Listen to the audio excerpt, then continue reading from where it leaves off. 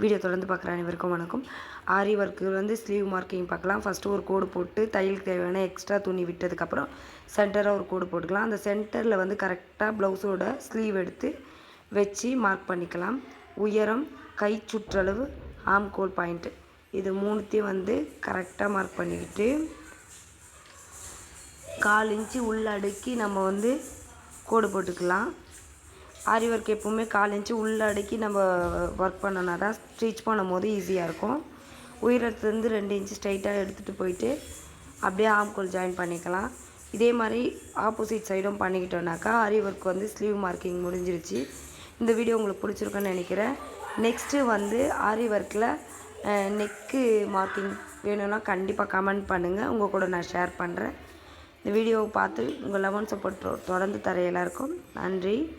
இந்த வீடியோ யூஸ்ஃபுல்லாக இருந்தால் கண்டிப்பாக கமெண்ட் பண்ணுங்கள்.